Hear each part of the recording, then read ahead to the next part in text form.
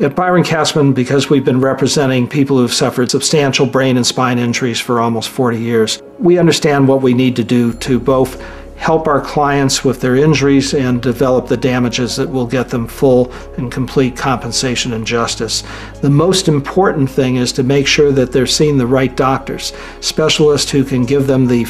best treatment and help them recover to the maximum, or if they can't achieve a full recovery, to deal with the pain and residual problems. And also we understand the full magnitude of the harms involved with these catastrophic injuries and what it takes to convey those harms to a jury so that they award full compensation and provide justice to our clients. This starts with getting the right medical experts and diagnostic tests so that the jury can understand the full